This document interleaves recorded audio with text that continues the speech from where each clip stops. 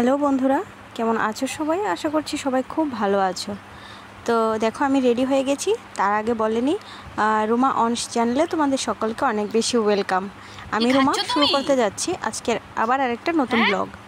তো আজকে নতুন বছরের দ্বিতীয় দিন, মানে আজকে বৈশাখের 2 তারিখ। দেখো আমি রেডি হওয়াটা দেখিয়েছি, আমি চলেও এসেছি বাড়িতে, কথা বলতে বলতে চলে এসেছি।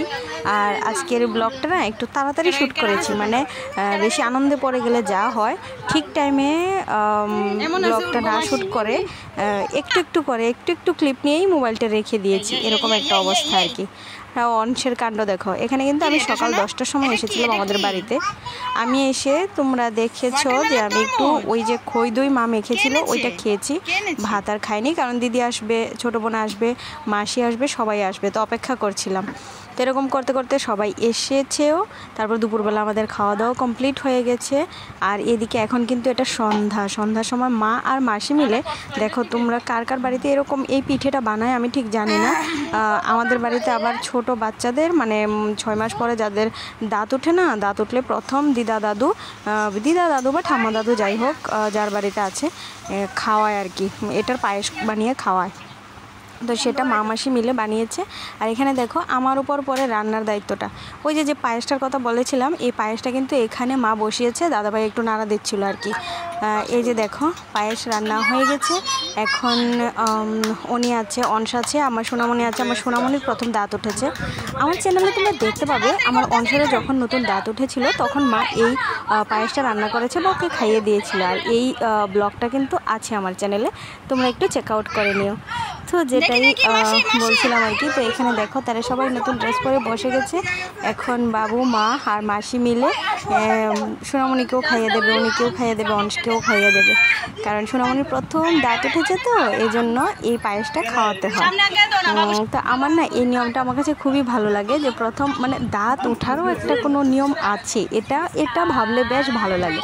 দেখো দাঁত থাকে না, তারপর আমাদের দাঁত উঠে, এটারও আবার কত নিয়ম আছে, বেশ ভালোই লাগে।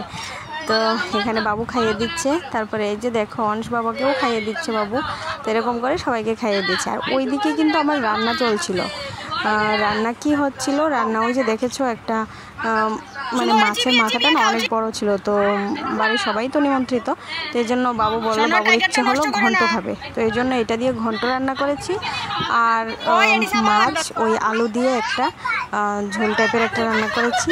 আর চিকেন হবে, আর ডাল, আর কি বলে কুমুরি, পাঁপড় ভাজা, এগুলি তো আছে, আর দই মিষ্টি ঠান্ডা এগুলি তো আছে। তো চলো ওইদিকে আমার রান্না মোটামুটি একটা কমপ্লিট হয়ে গেছে। এখন আর শুধু বাকি আছে চিকেনটার, বাকি রান্না সবই কিন্তু কমপ্লিট হয়ে গেছে, ইভেন ভাতও রান্না হয়ে গেছে। তো এখন আমরা এখানে একটু সময় দিচ্ছি নিজেদেরকে, কারণ সন্ধ্যা থেকেই তো কাজবাজ চলছিল।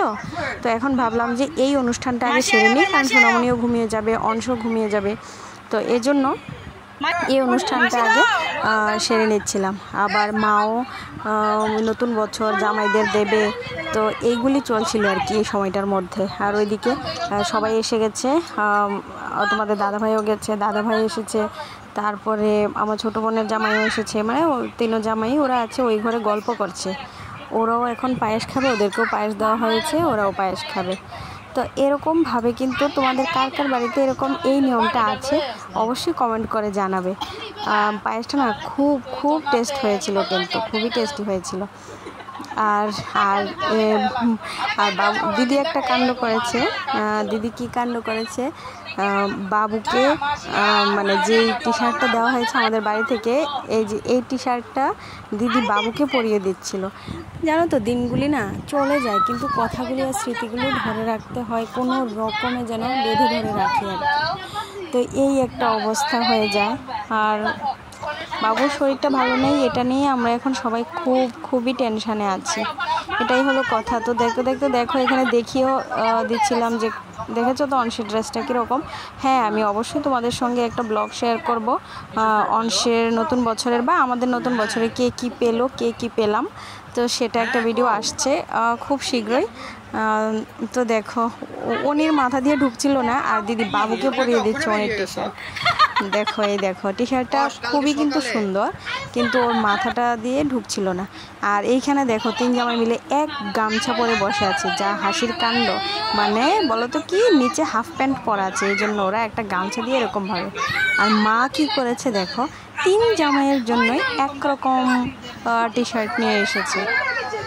তো দেখো কালারটা না খুব সুন্দর।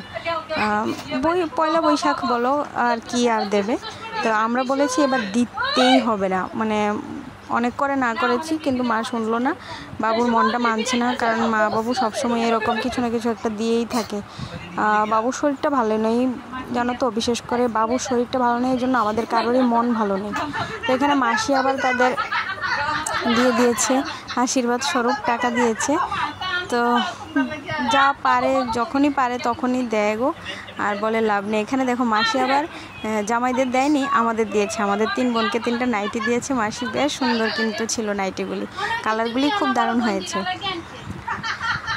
সব কিছু মিলেমিশে আর কি। মানে বাবুর শরীরটা ভালো নেই মেইনলি, সেটার জন্য কিন্তু আমাদের সবার আজকে গেট টুগেদারনেসটা এই জন্যই। কিন্তু মাসিও দেখতে আসবে, ভাবলো যে পরে কেন আসবে, তাহলে আজকেই আসলো। আমরা 3 বোন গেলাম, তো এই জন্য সবার একসাথে হওয়া। তো এখানে মা আবার আমাদের দিয়ে দিল।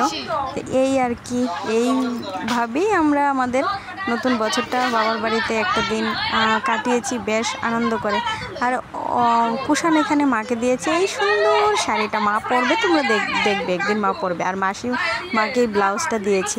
মানে সবাইকে কিছু না কিছু একটা দেওয়া হয়েছে জানো তো। মাকে আমি কিছু দিইনি, এবার বাবুকে শুধু একটা লুঙ্গি দিয়েছি, এতটুকুই। দেখি, কারণ সামনে ষষ্ঠীও আসছে, 2-1 মাসের মধ্যেই তো ষষ্ঠী না, তো ষষ্ঠীও আসছে। তো এটাই হলো কথা। আর এখানে দেখো আমার শেষ পর্ব, রান্নার শেষ পর্ব যেটা, সেটা চিকেনটাই হচ্ছে। আর এটাকে আমি বললাম যে চলো আজকে চুলায় রান্না করি, তো এই জন্য চিকেনটা বসিয়ে দিয়েছিলাম চুলোর মধ্যে। তো দেখা যাক কতক্ষণে হয়। আর ওইদিকে খাওয়ারও ব্যবস্থা চলছিল, কারণ 10টা বেজে গেছে। তো এই জন্য এই যে দেখো, আমি আর রাতের বেলা আর কিছুই শ্যুট করিনি, এখন তৈরি হয়ে গেছি বাড়িতে যাওয়ার জন্য। এখন বাজে সকাল 10টা, সবাই চলে গেছে, মানে জামাইরা সকালবেলা থেকেই শুরু হয়েছে, 6টা 6:30, তারপরে 8টা, এরকমভাবে 3 জামাই বেরিয়ে গেছে।